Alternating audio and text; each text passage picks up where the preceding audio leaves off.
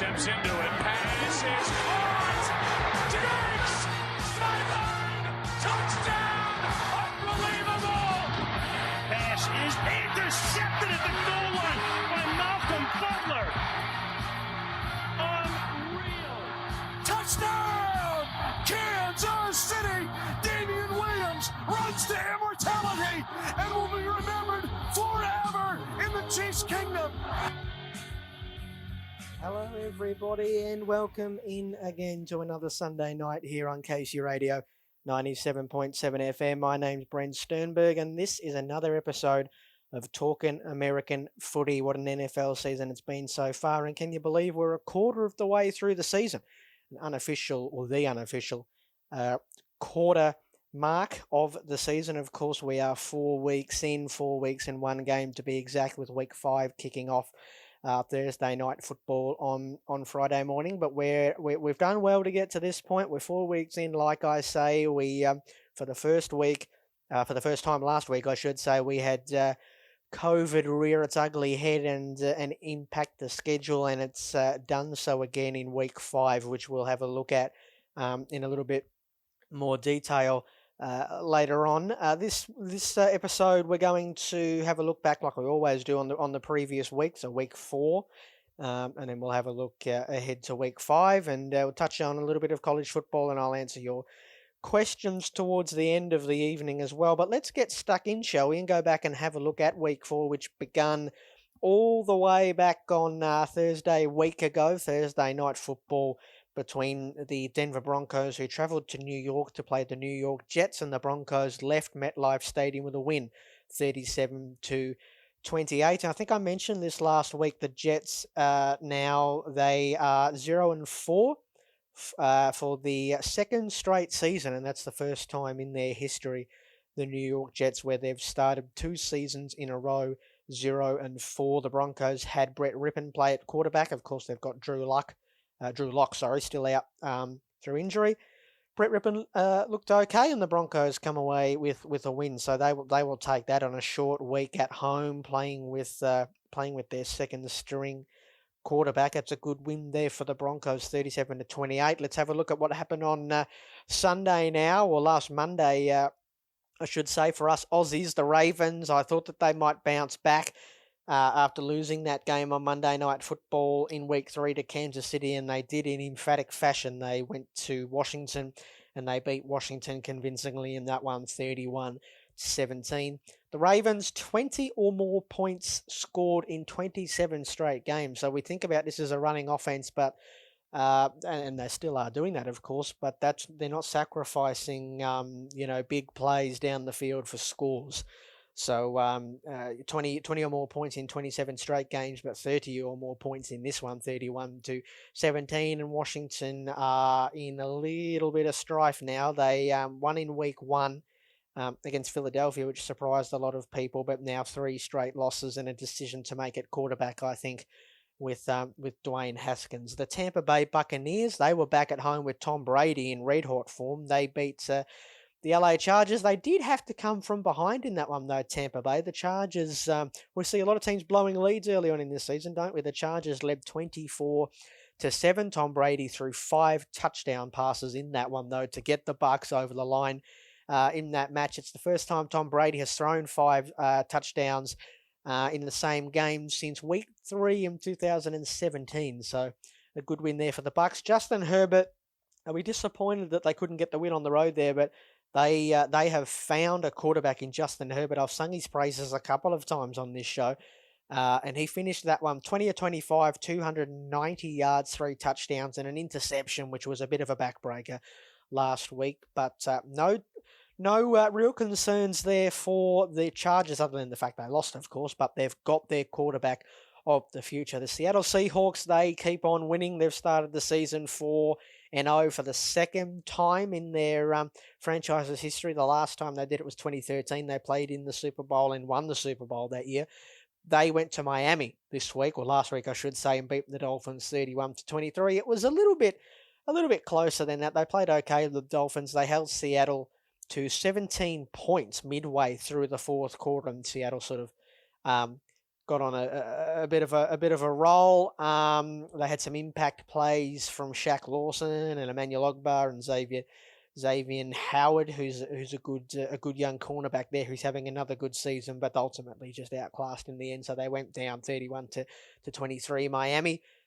Seattle keeping on. The match between the Vikings and the Texans, two teams that absolutely needed a win, and the Vikings were the team to get their first W this season, 31 to 23.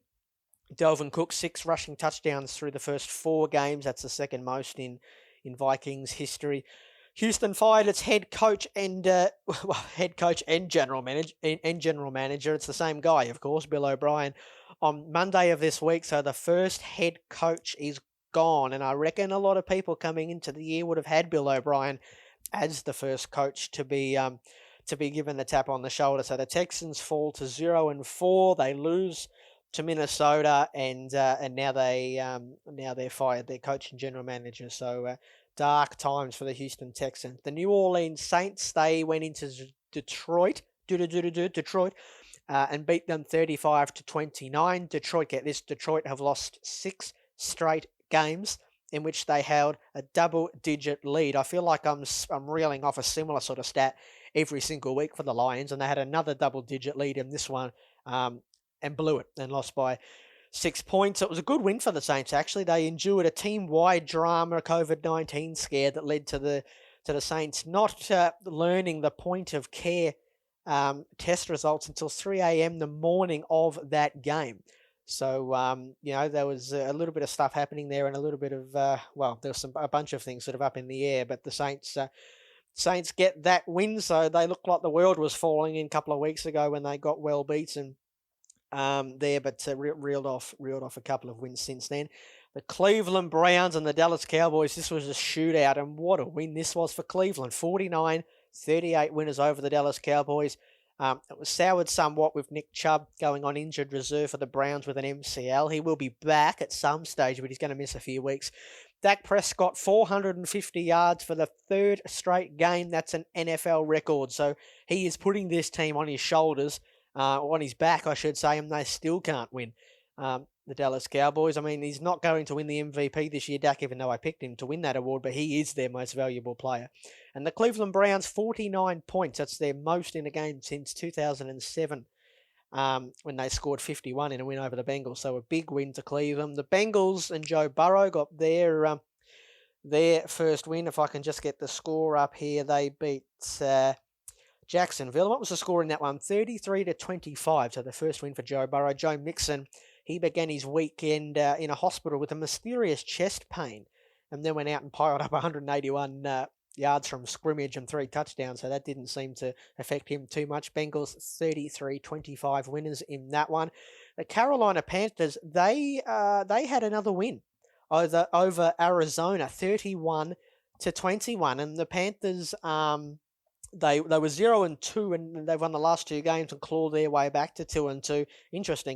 Interestingly enough, they're 2-0 now without Christian McCaffrey. And they're 450 total yards in that game while holding the ball for more than 37 minutes of game time. So they only 10-point winners, but they really dominated that game, Carolina. So they're going okay. The Rams and the Giants played in a dour affair. The Rams won 17-9. The LA Rams 11-4 off the back of a loss since 2017. So when they lose the Rams, they back up. There was a red zone interception, another turnover from Daniel Jones, which thwarted a late comeback there for the Giants. So they're struggling a little bit, the Giants. 17-9, the Rams win that one. Bills and the Raiders. The Bills won that one in Sin City 30-23, and Buffalo now they're flying. They're off to their first 4-0 start since 2008. The turning point in that one come in the 4th quarter. Tight end Darren Waller had the ball punched out of his hands by Josh Norman, who recovered the fumble in Bills territory. And then I think the very next play, actually, Josh Allen hit Stephon Diggs with a 49-yarder to finish that one. So the Bills 4-0. Indianapolis, they beat Chicago in Chicago. The first loss for the Bears. The Colts 19, Bears 11. So the Colts, go now to 3-1 and give the Bears the first loss. Like I say, they allowed the Colts 28 rushing yards. That's their lowest that they've given up since 2009, 28. Wow. And the Bears attack that managed just 269 total yards against a Colts defense that has been the league's stingiest through the first few weeks. The Eagles and the 49ers played on Sunday Night Football. The Eagles were winners there, 25-20. The Eagles get a much needed win, their first win actually of the season. George Kittle huge in that one, 183 receiving yards. That's the most by a tight end versus the San Francisco 49ers. Since the Eagles, since 1948. The most by a tight end there. So George Kittle had been a little bit injured early on, but that was a big game for him. The Chiefs and the Patriots. The Chiefs won this one 26-10. They played them tough, the Patriots, but the Chiefs were too good. This game was actually moved to Monday Night Football due to Cam Newton testing positive to the coronavirus. So that one was mucked around a little bit. Kansas City are 4-0 for the fourth consecutive year. That's an NFL record. And they had to make the change in that one. The Patriots, Hoyer started that game. Brian Hoyer, the veteran, in place of Cam, and then he didn't play too well, and he was replaced by Jarrett Stidham. So if Cam Newton can't play this week, it'll be interesting to see if they go with Hoyer or Stidham or what they do. And then on Monday Night Football, the Green Bay Packers had a comfortable win like we thought they would, 30-16 winners over the Atlanta Falcons. Aaron Rodgers, what a start to the season, hey? 27 of 33, 327 yards, 4 touchdowns, not bad. And Robert Tonyan, he's been a no-name that's sort of come out of nowhere, 3 touchdowns. In that one, it's the most by a Green Bay tight end in the Super Bowl era.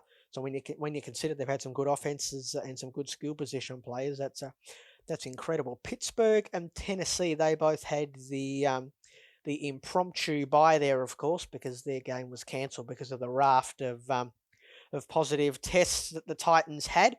But those two teams will be back in action this week after cooling their heels. My biggest winner from week 4 was the Cleveland Browns. That was a huge win for them. They put up 49 points, like I said, which was the most for 13 years. And that was huge. Sailed a little bit by Nick Chubb, but that's a big win. And I'm going to touch on a few more stats from that Cleveland game in the next segment. But they were the biggest winners for me, and they're starting to rock and roll. They were the hype team last year. They let us down, but I'll tell you what, just keep an eye on Cleveland because they're really starting to rock and roll. And the biggest loser for me, I mean, there's a few teams here, but I was going to say the Texans because they're now 0-4, but I have to say the Jets, who were at home on a short week playing against Denver, who had a second string quarterback. That was a bad loss for the Jets in a season where there's going to be a few more, unfortunately, I think. Anyway, that was a recap of week 4 and my biggest winner and being the biggest loser. I'll take a little break, and when we come back, we'll start to turn our attention to the slate of games tomorrow in the early window for week 5. You're listening to Talkin' American Footy with me, Brent Sternberg, on KC Radio 97.7 FM. Back in a bit.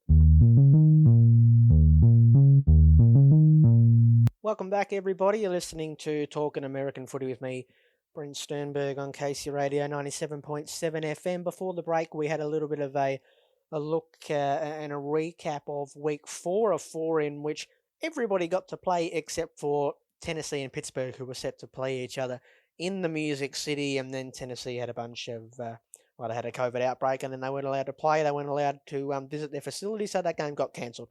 So the bye weeks were supposed to start this week, actually, and they started last week, impromptu bye weeks. Well, we've had a look at that. Let's turn our attention now to week 5, which, like I alluded to earlier, begun Friday morning with the Tampa Bay Buccaneers heading to Chicago and playing there. And Chicago won a close one there. They got a win at home. They won 20 to. Let me just recap and refresh my memory. I know they had that field goal late to take the lead, 20-19.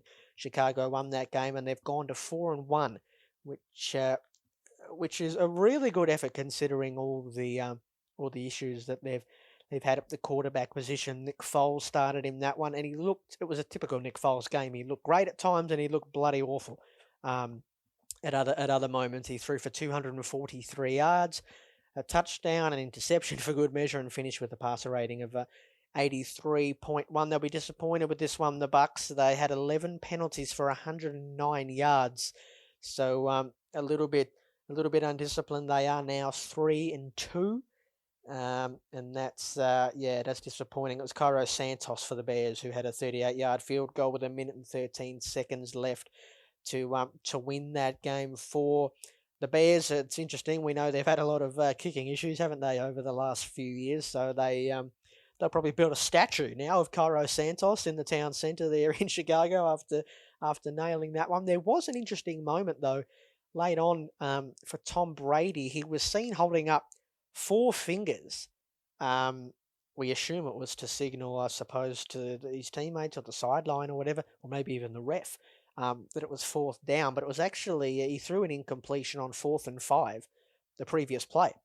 So it was actually a turnover on downs. And it was, it was a turnover, and he threw up the 4 fingers, thinking that it was 4th down. So that sort of left a lot of people sort of wondering, did the great man, did the greatest to ever lace him up, lose count of the downs? Bruce Arians has said in the aftermath of that one that no, he certainly did not.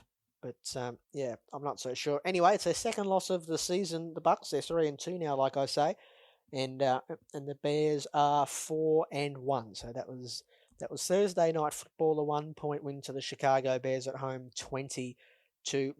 Let's turn our attention now to the games tomorrow, shall we? And we've got an interesting one first up. The Pittsburgh Steelers are back in action after cooling their heels last week because of the COVID drama. They're at home, and it's a battle of Pennsylvania. They're playing the Philadelphia Eagles. The Eagles who move into first place in the NFC East with a 25-20 win over the 49ers. So how about that?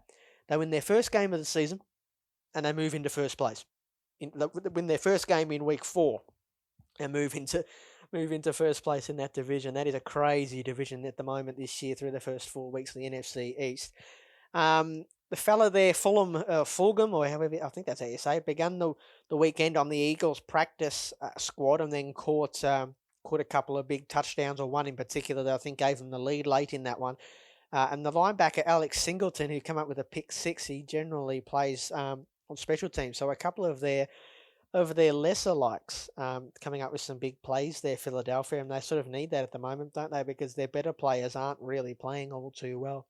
The Steelers are back in action. They're 3-0 after playing 3 games and having the bye last week, like I said.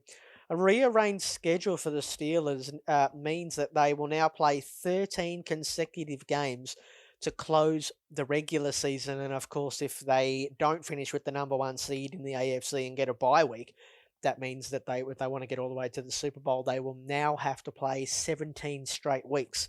So that's effectively, an entire home and away, regular season schedule, I should say, without a bye week. So we'll see what they can muster here, the Steelers, excuse me, but I think they're going to get a win at home. They're coming off a bye week, and it's probably a little bit early than what they would have liked, but we'll see how they go. They have looked good prior to cooling their heels, and the Eagles haven't. The Steelers have certainly looked like the better team in state, haven't they? So I think the Steelers will have another win coming up for them in that one. The LA Rams are back out on the East Coast. It feels like they've been on the East Coast a lot this year already, the Rams. In fact, they've played Philadelphia and Buffalo over on the East Coast, and now they're back out there to play Washington. So that's interesting what the schedulers have done them. The Rams, they've done them no favors in the first few weeks. The Rams, they managed just 122 yards of total offense last week, between Gerald Everett's first quarter touchdown and Cooper Kupp's score late in that game. And it's a striking lack of production against a mediocre Giants defense, isn't it? They didn't really do too much on offense between that first and last quarter, or the big plays in the first and last quarter. And Dwayne Haskins for Washington, he set a career high 314 passing yards last week, but it was aided by a long strike to Terry McLaurin in garbage time when that game was already done for Washington. The Rams, they did enough against the Giants last week, and Washington, after a good week in week one, have sort of petered out a little bit. I'm not too sure how much longer we see Dwayne Haskins play. Remember, of course, this is a regime, I should say, that didn't draft Dwayne Haskins, so I'm not sure if he'll be the starter for too much longer there for Washington. I think the Rams will win this one, and I don't expect that one to be particularly close. Buffalo and Tennessee, that was set to be the next game, but that's actually moved in the schedule. So I will touch on that one a little bit later, but I'll skip that one for now. That'll be a good game, actually, the rematch of the famous Music City Miracle. The next game in the first window is the Arizona Cardinals, who started really well, started 2-0. Kyler Murray looked really good, and now they're on a 2-game losing skid. So they'll be looking to end that, and I think they will. They go to New York to play the New York Jets, who are just in a really, really bad way at the moment. And we had Bill O'Brien for the Texans sacked this week. I wouldn't be surprised if Adam Gase is sacked in the next few weeks. Kyler Murray finished with 4.3 yards per attempt against the Panthers, so he really didn't play all that well against a Carolina defense that has a lot of young players in the defense, on the defense there, I should say. The Jets, like I mentioned before the break, were my biggest loser last week. They faced an undrafted free agent quarterback who was making his first start on a short week in their own building. They forced 3 interceptions, including a pick 6. And the Jets didn't commit a turnover themselves and still lost by multiple scores. Only the Jets could do that, and I think they're gonna go down here as well to Arizona, who are on a 2-game losing streak. Like I say, they will snap that. I think this week the Cardinals, and they'll go to 3-2. The Raiders, the Las Vegas Raiders, are backing up after a disappointing loss at home to the Bills. They've got the enviable task of playing Kansas City. A groin injury sidelined Chris Jones last week, but the defense still put enough pressure and forced 2 turnovers in that 26-10 win over the Patriots. The Raiders, they're finding out what they need, or who they need to be, and how much more they need to improve to beat the league's best teams. And they've just been a little bit sloppy, and they're going to have to sharpen things up. The Raiders, they haven't looked terrible by any means, but they're clearly not up to scratch to they've still got a little bit to go to bridge that gap between themselves and the better teams in this conference, of which Kansas City are one of them. In fact, they are the best. So it's a good test for the Raiders. That game is in Kansas City at Arrowhead Stadium tomorrow at 4 a.m. Jacksonville and Houston is the next one up. So Houston back up after Bill O'Brien was sacked and started 0-4. They are at home against Jacksonville. The Jags defense, 29.3 points they have allowed, and 399 yards per game, nudging 400 yards per game, which are both marks that would set easily franchise records for defensive incompetence if they were to keep on that pace. The defense needs to stand up for the Jags. Cincinnati rolled up 505 yards of offense with a rookie at quarterback, a good rookie, but a rookie nonetheless last week. And for the Texans, Romeo Crennel is going to take over for the rest of the season. This is a difficult one. We sometimes see teams bounce back, after they sack their coach, don't they? But I can't see it. I can't see it this week. I think Jacksonville will get another win. Cincinnati, they're at Baltimore. Joe Burrow and the Bengals coming off their first win of the season, and the first win for Joe. They go to Baltimore. A week after being hit 18 times and sacked 8 times in a tie with the Eagles last week, Joe Burrow was sacked only once by Jacksonville, the poor defense there that I just mentioned. It was an encouraging day all round for the Bengals last week in the win against the Jags. Lamar Jackson, looking at from a Baltimore point of view, he scored on a 50-yard run and threw 2 more touchdown passes, both to Mark Andrews last week. So it was a good response for him after a disappointing performance against Cincinnati. Marlon Humphrey, he signed a big new contract a couple of weeks ago, and he celebrated that with a forced fumble in the first quarter, so he didn't waste any time showing the Ravens why they were right to pay up for his services. The Ravens lead the NFL in points off turnovers this season with 38. So that's incredible. Through 4 weeks, 38 points off turnovers. And the last game in the early time slot is Carolina, the pesky Carolina Panthers against Atlanta. The Falcons are 0-4 for the first time this century. The first time since 1999. And can I just say, how does Calvin Ridley finish Monday without a catch in a game that saw Julio Jones exit at half-time because of a dodgy hamstring? I do ask that question because I'm a fantasy owner of Calvin Ridley, and that annoyed me that he scored nothing. Lucky I wasn't hinging on that performance. Teddy Bridgewater for the Panthers is thriving. 18-yard touchdown scramble. That was his first scoring run since that horrific leg injury that he had for the Vikings in the summer of 2016. So well done, Teddy. Good to see you back, mate. And the pass rush for the Panthers has come to life behind second-year fella Brian Burns and Yatua Gross-Matos, the rookie there. So the Panthers, I mean, look out. No one's really talking about them, but they're having a good season. They've clawed themselves back to 2-2, and I think Atlanta Falcons fans should be very, very, very, very nervous for this one. I wouldn't be surprised to see them go 0-5 and the Panthers go in there and beats Atlanta. Okay, that's the early window. I'll take a quick break and we'll have a look at the mid-afternoon games and Sunday and Monday night football. And we're going to have Tuesday night football as well this week. We'll look at that when we return. I'm talking American footy with me, Brent Sternberg on KC Radio 97.7 FM. Back in a bit.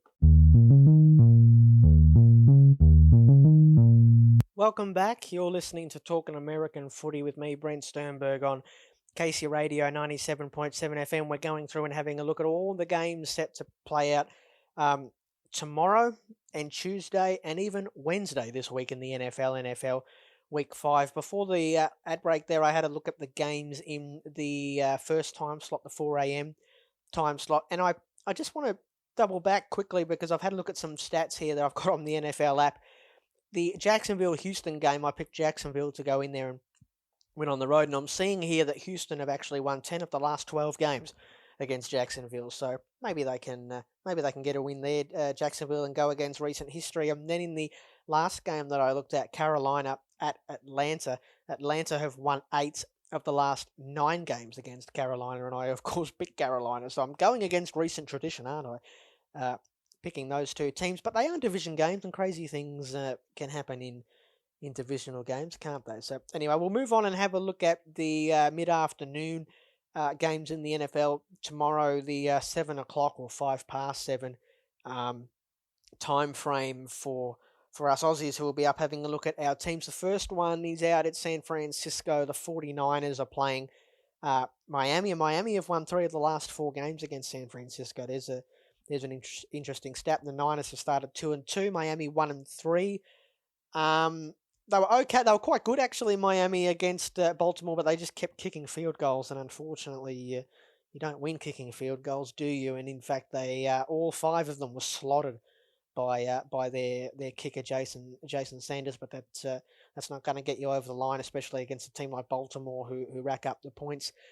Nick Mullins started for San Francisco last week, and then Kyle Shanahan pulled the plug on him and brought in CJ Beathard. It's looking like Jimmy Garoppolo is going to play tomorrow. In fact, he will. So they'll get their number 1 quarterback back.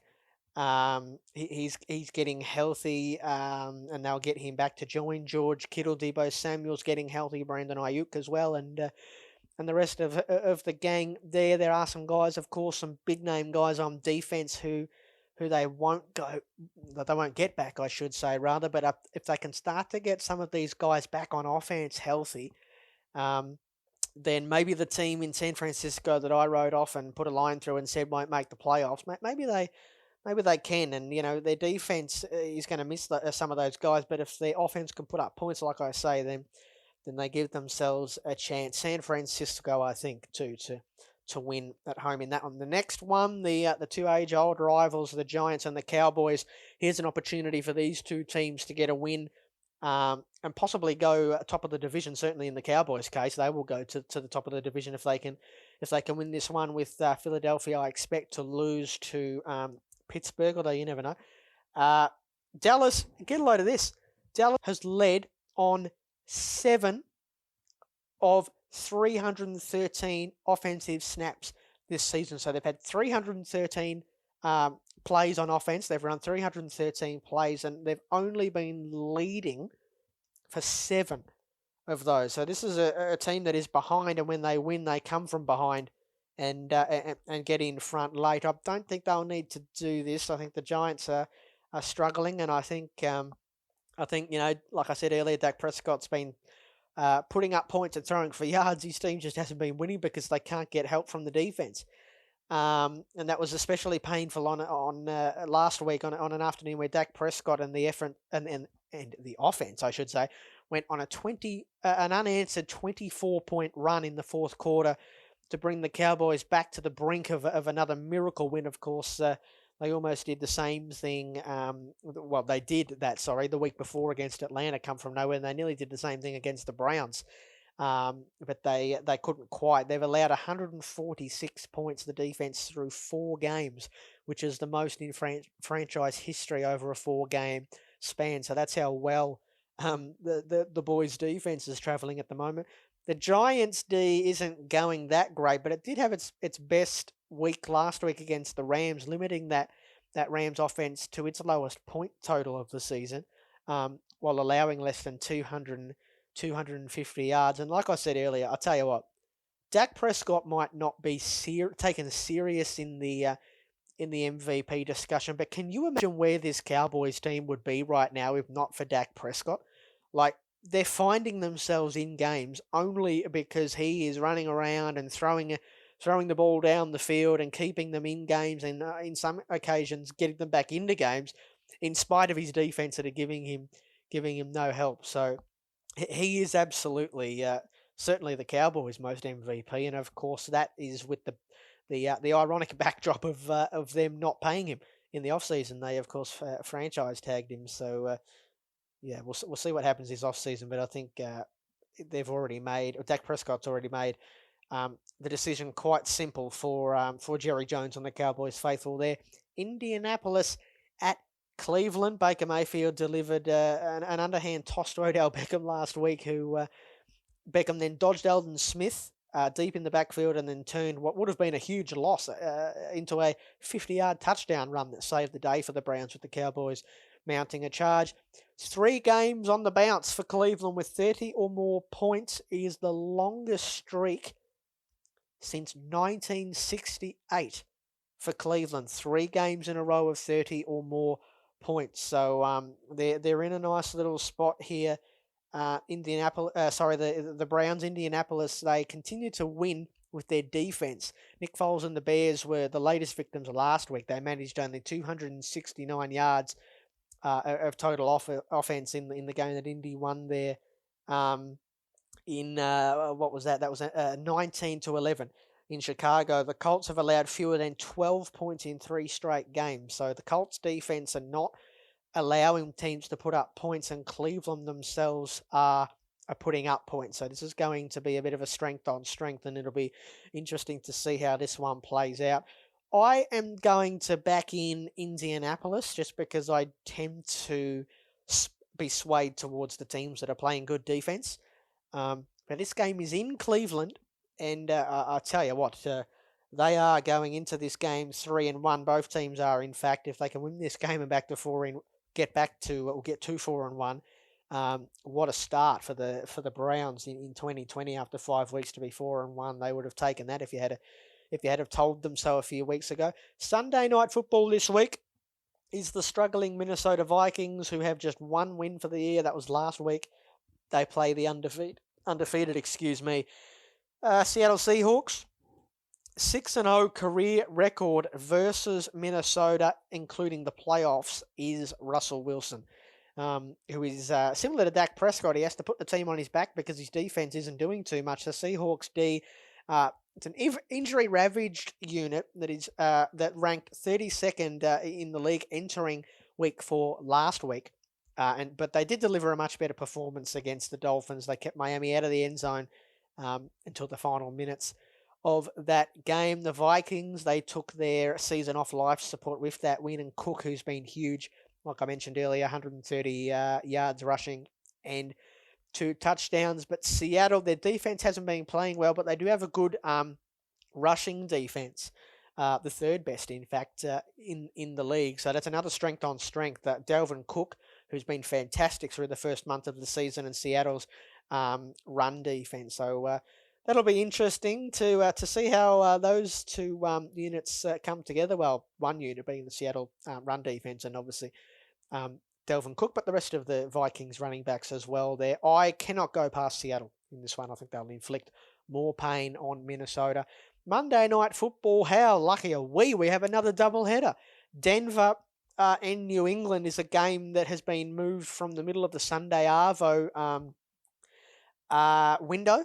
So that was supposed to be one of those 7 a.m. our time kickoff games. That's been moved to 8 a.m. Monday Night Football. So Tuesday, of course, that's Denver on the road to New England.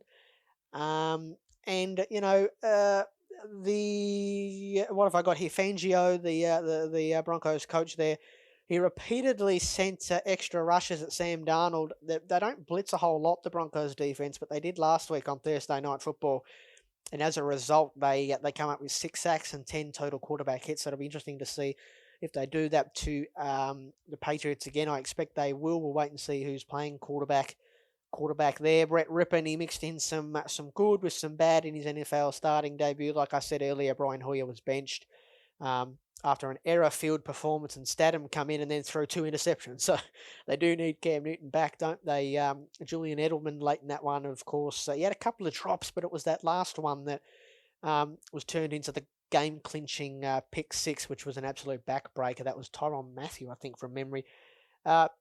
Who sealed the deal on that one. New England 5 consecutive home wins versus Denver, including the playoffs. So when they had Tom Brady there, the Patriots, when they travelled to Denver, that was one of the places they would go and sometimes struggle, but they don't at home against the Broncos, and I don't think they will this time either. Depends a little bit on who plays quarterback, but I can see the Patriots winning that one. And then the second one on the bill for Monday Night Football is the LA Chargers. They're going to New Orleans to play the Saints. The Saints reeled off 5 unanswered touchdown drives to wipe out an early 2-touchdown deficit against the Detroit Lions last week. Everyone does that. Everyone comes from behind to beat Detroit. Alvin Kamara, he's been enormous as well. I mentioned Dalvin Cook before. 119 scrimmage yards, and it's a league best 7 total touchdowns now. He had his 7th last week. So Alvin Kamara, they signed him to a big deal, and he's having a good season. Austin Eckler, the running back on the other side of the ball there for the Chargers, he suffered an injury, and he will miss this game and a few more by the look of it, which is disappointing. Justin Herbert, excellent against the strong Bucs defense, leading the team on 4 touchdown drives. And he hit on a pair of deep ball strikes as well that showed off not just his big arm that we know he has, but his pocket toughness as well. Now, we're disappointed they blew that lead. They led 24-7, the Chargers, over the Bucs last week. It's never an easy pill to swallow, but they have their quarterback. I think they will play them tough again here, the Chargers, the Saints in New Orleans, but I do expect the Saints to win that one. And then here we go. I said we have a Tuesday night football game, Wednesday morning our time. A rematch of the Music City Miracle, Buffalo and Tennessee, 2 teams that lead their respective divisions. The Bills 4-0, the Titans 3-0. This was set to be Sunday 1 p.m, but it's been moved. Buffalo's defense is one of the league's strongest, in 2018 and 2019. It struggled a little bit this season, and particularly early against the Raiders last week. So they'll want to step up to the plate here against Tennessee, and Derrick Henry running at them. An outbreak of positive coronavirus obviously prevents a massive non-football challenge in the middle of a season that has started with so much promise for Tennessee. 21 members of the organisation tested positive, although I did see they didn't have any more positive tests as of yesterday. So that's great. Green Bay and Detroit are on the bye. Did you see the Aaron Rodgers? He said, I sometimes laugh when people talk about down years for me, because a lot of times down years for me are career years for most other quarterbacks. So if you don't think that Aaron Rodgers isn't locked on for this season, I'm telling you, He is. Okie dokie. So that's a preview of week 5. When I come back, I'll have a look at college football and answer some of your questions as well. When we return on Talking American Footy with me, Brent Sternberg. You're listening to KC Radio 97.7 FM.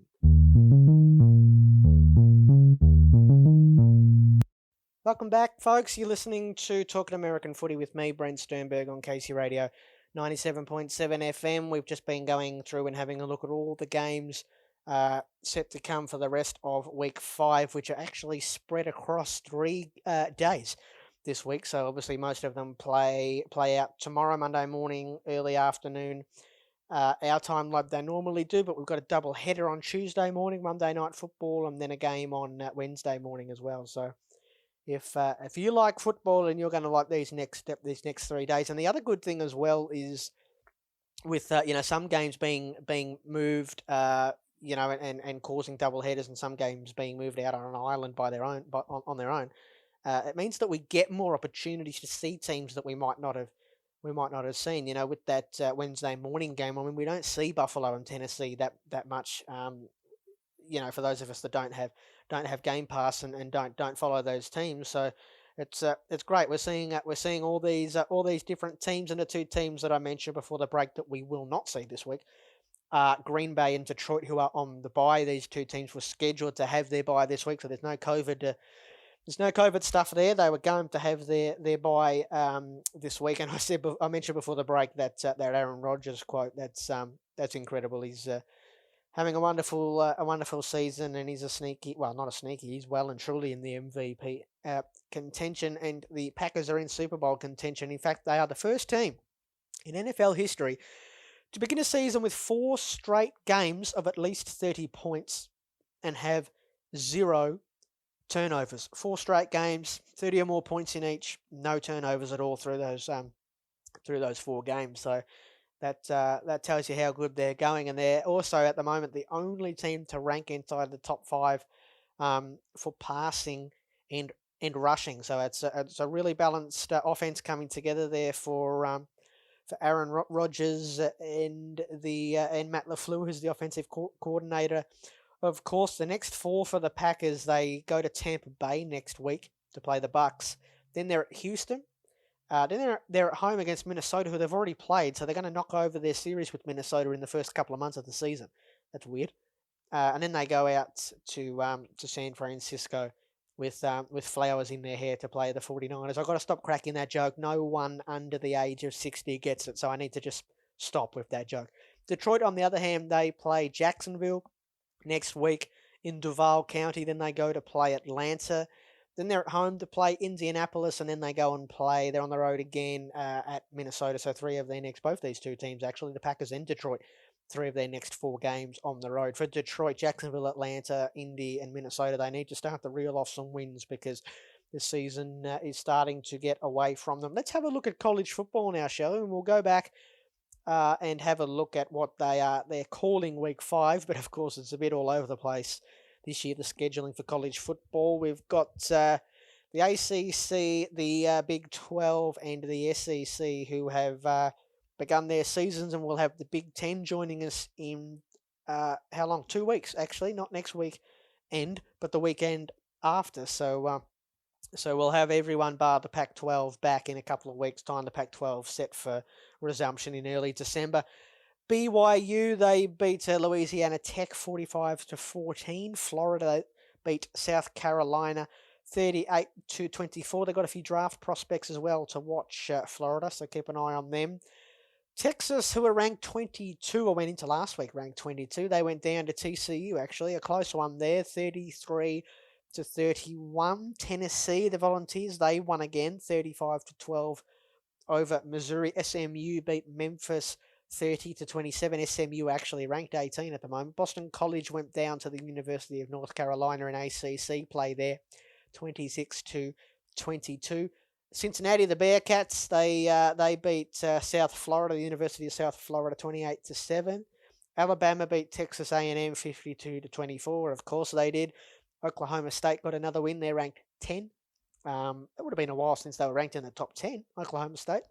The Cowboys, they beat Kansas 47-7. Virginia Tech 38-31 winners over Duke. Georgia and Auburn, that was a good game there, or billed as a good game. It was a little bit one-sided in the end. Georgia 27-6 winners over Auburn. Iowa State, they beat Oklahoma, so they've had a couple of big wins this year. Iowa State, the Cyclones, 37-30, they beat the Sooners. LSU back on the winners list after going down to Mississippi State last week, 41-7 winners over Vanderbilt. And Clemson had a comfortable victory over Virginia, 41-23. So like I say, things are starting to tick along for college football with the Big Ten.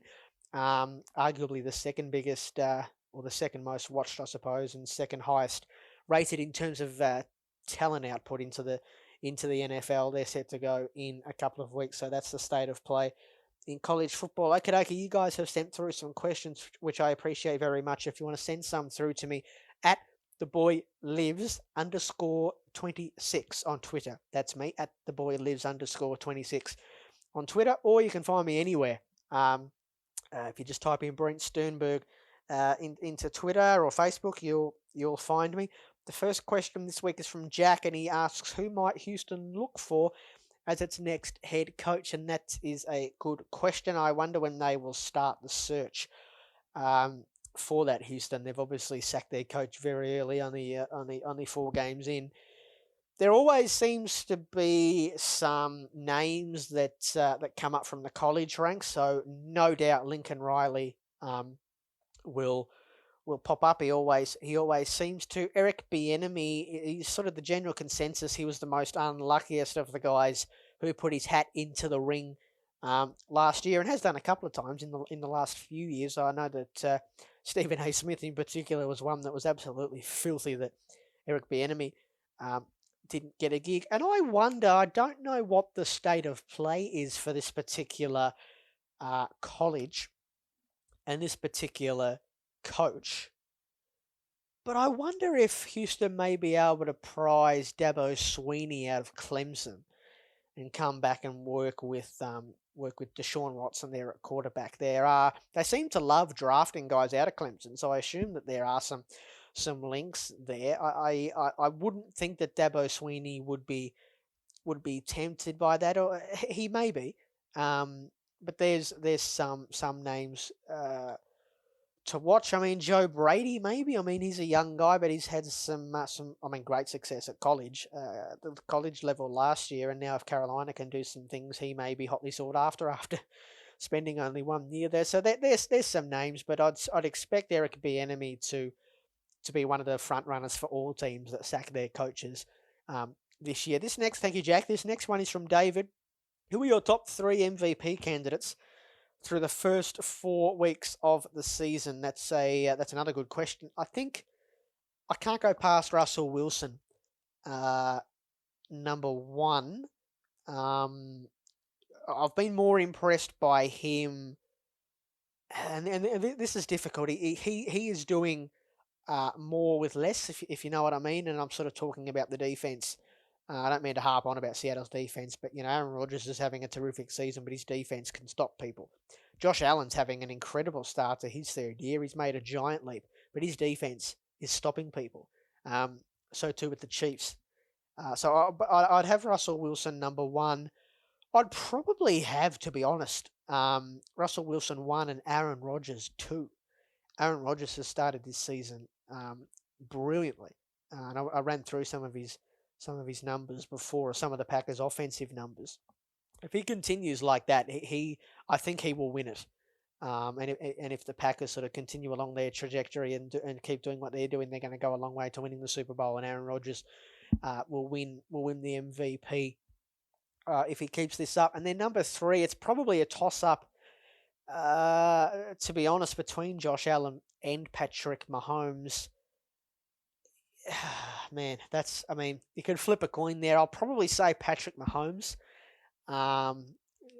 just because, well, I don't know why. Just because I think in that situation, we know Mahomes. We know what he's capable of, and I think the voters would probably go with him over Josh Allen. But that's not to undersell anything Josh Allen has done so far this year. He's been fantastic, and the Bills, a lot of people picked them to win their division and do some good things in the playoffs, including me.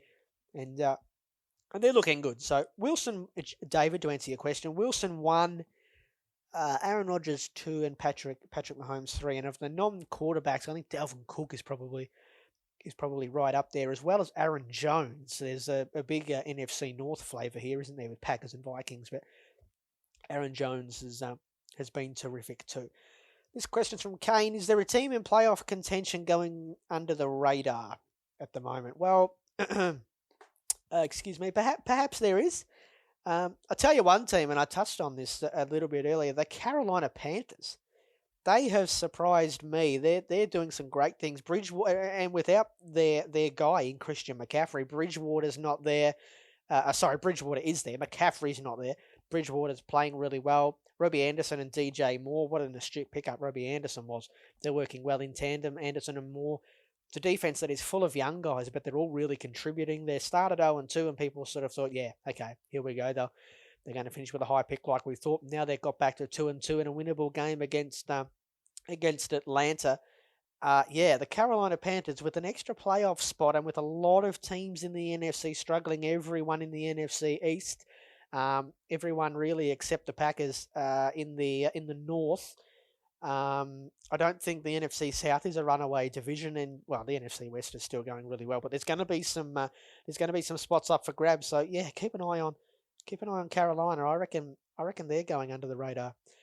This next question from Greg: what did last week's win mean for Cleveland Browns, and how far can they go this season? Well, it meant a lot. Winning on the road against the Cowboys, putting up points, having defensive guys play well. Odell Beckham was the big story. He's underwhelmed a bit since going to Cleveland, but if they can get that Odell Beckham for the rest of this season, then Cleveland are going to look good this year. Still think there's two teams better than them in their division, but they can win 9 or 10 games, which is more than most people would have thought.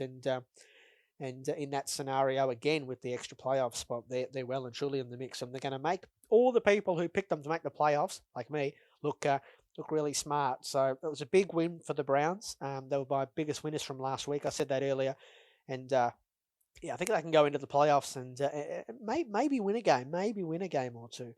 And the final one from Dylan: thoughts on the current status of the NFL season re-COVID? Well, they were pretty keen to. They have been pretty keen to reschedule games and move them around, so we don't have to postpone them, because that's going to cause all sorts of hell, isn't it? But I think they've done well so far in trying circumstances, and hopefully all we see going forward is the schedule sort of change around a bit. But so far so good. Hopefully they keep abiding by the all the laws and regulations that are in place, coaches and players, and we don't see too much more disruption this season. That's it for this week's episode, gang. Enjoy the football tomorrow, and I'll be back on KC Radio 97.7 FM from 10 p.m. next Sunday night, talking all things American football. I'll see you then. Bye-bye.